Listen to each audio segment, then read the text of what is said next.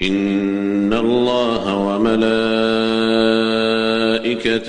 يصلون على النبي.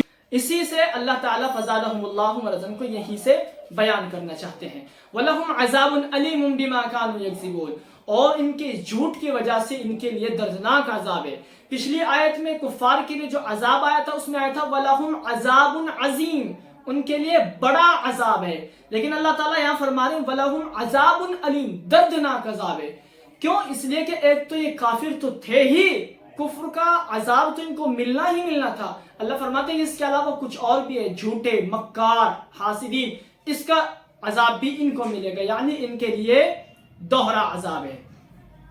وَإِذَا قِيلَ لَهُمْ لَا تُفْسِدُوا فِي الْأَرْضِ قَالُوا إِنَّمَا نَحْنُ مُصْلِحُونَ، اور جب انہی منافقین سے کہا جاتا ہے کہ تم زمین میں فساد مت پھیلاؤ تو کہتے ہیں کہ ہم تو اصلاح کرنے والے ہیں.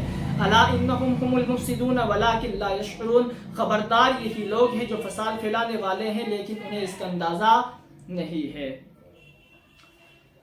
کفر و معصیت سے زمین کے اندر فساد برپا ہوتا ہے، جبکہ اطاعت الہی سے امن اور سکون آتا ہے. شریعت محمدی پر، اللہ کے رسول صلی اللہ علیہ وسلم کی شریعت پر جہاں جہاں عمل ہوتا ہوگا، دنیا نے دیکھا اور گواہی دی ہے کہ اس سے علاوہ اور اس کے بعد کسی اور شریعت پر عمل کر کے اتنا امن اور سکون برپا نہیں ہوا ہوگا.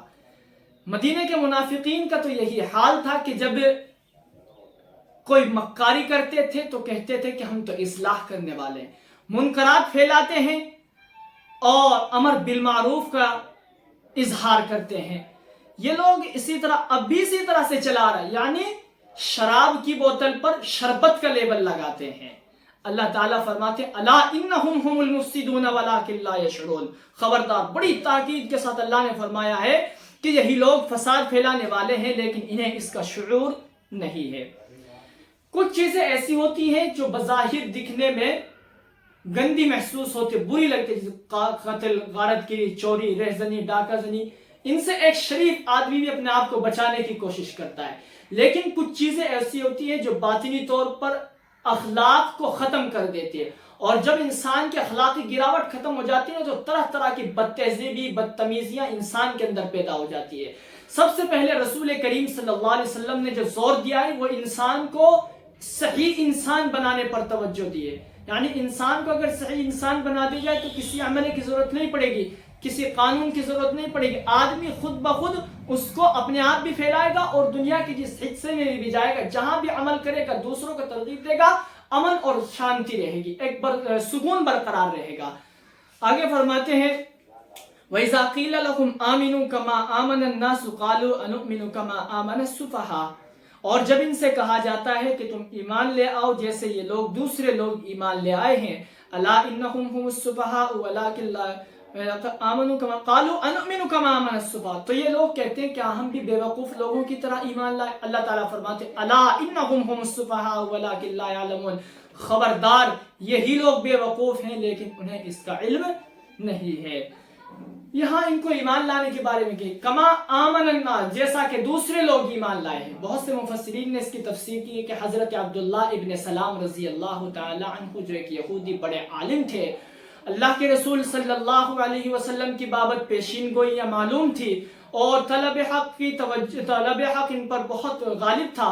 اللہ کے رسول صلی اللہ علیہ وسلم جس وقت مدینہ المنورہ ہجرت کر کے تشریف لائے تو آپ کو پہلی مرتبہ دیکھا، شور مچا ہوا تھا کہ محمد رسول اللہ ہجرت کر کے آئے، تو آئے اور آپ کو دیکھ کر دل کو ایک بڑا سکون ہوا اور فرمایا ھذا لیس بوجہ الکذاب، یہ کسی جھوٹے کا چہرہ نہیں ہے. ایمان لائے اور بڑے صحابہ میں شمار ہوئے. تو انہی یہودیوں کو خطاب تھا کہ جس طرح تمہارے یہ علماء ایمان لائے ہیں حق کی وجہ سے، حق کو دیکھ کر دلائل ان کے سامنے موجود تھے، حق آیا ہو چکا تھا، ظاہر ہو چکا تھا، جس طرح وہ ایمان لائے ہیں اسی طرح ایمان لاؤ. تو کیا کہتے تھے قالوا انؤمن كما آمن السفہاء، کہ کیا ہم ان لوگوں کی طرح ایمان لائے جو بے وقوف لوگ ایمان لائے ہیں. یعنی وہ یہ سمجھتے تھے کہ صحابہ نے اپنا سب کچھ، مال و دولت، اپنی اولاد، اپنا گھر بار، سب کچھ محمد کے راستے میں لٹا دیا. اللہ تعالیٰ فرماتے ہیں اگر اعلیٰ ترین مقصد کے لیے سب کچھ خرچ کر دیا جائے تو اس میں کوئی حرج نہیں ہے، بلکہ تو ایک صحابہ کو اسی پر ایک معیار بنا دیا گیا، ان کے ایمان کو صحیح اور غلط کی کسوٹی انہی کے ایمان کو بتا دیں کہ اگر اس طرح ایمان لاؤ گے تو آپ کا ایمان معتبر ہے، نہیں تو کوئی معتبر نہیں ہوگا۔ وَإِذَا لَقُوا الَّذِينَ آمَنُوا قَالُوا آمَنَّا وَإِذَا خَلَوْا إِلَىٰ شَيَاطِينِهِمْ قَالُوا إِنَّا مَعَكُمْ إِنَّمَا نَحْنُ مُسْتَهْزِئُونَ، اور جب وہ اپنے شیطانوں سے یعنی اپنے سرداروں سے ملتے ہیں تو کہتے ہیں کہ ہم تمہارے ساتھ ہیں، ہم تو ان کے ساتھ مسلمانوں کے ساتھ مذاق کر رہے تھے۔ اللہ یستہزئ بہم ویمدہم فی طغیانہم یعمہون، اللہ فرماتے ہیں اللہ ان کے ساتھ مذاق کر رہا ہے، ان کو ان کی سرکشی میں دھکیل رہا ہے اور وہ یوں ہی بھٹکتے رہیں گے۔ کون تھے یہ شیطان؟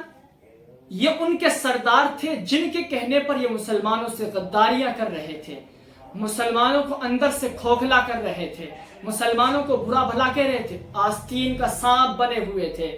اللہ تعالیٰ فرماتے ہیں کہ اللہ یستہزئ بہم، ان کو پتہ چل جائے گا کہ جب ان کو دنیا میں بھی ذلیل و رسوا کیا جائے گا اور آخرت میں سب پوری بنی نوع انسانی کے سامنے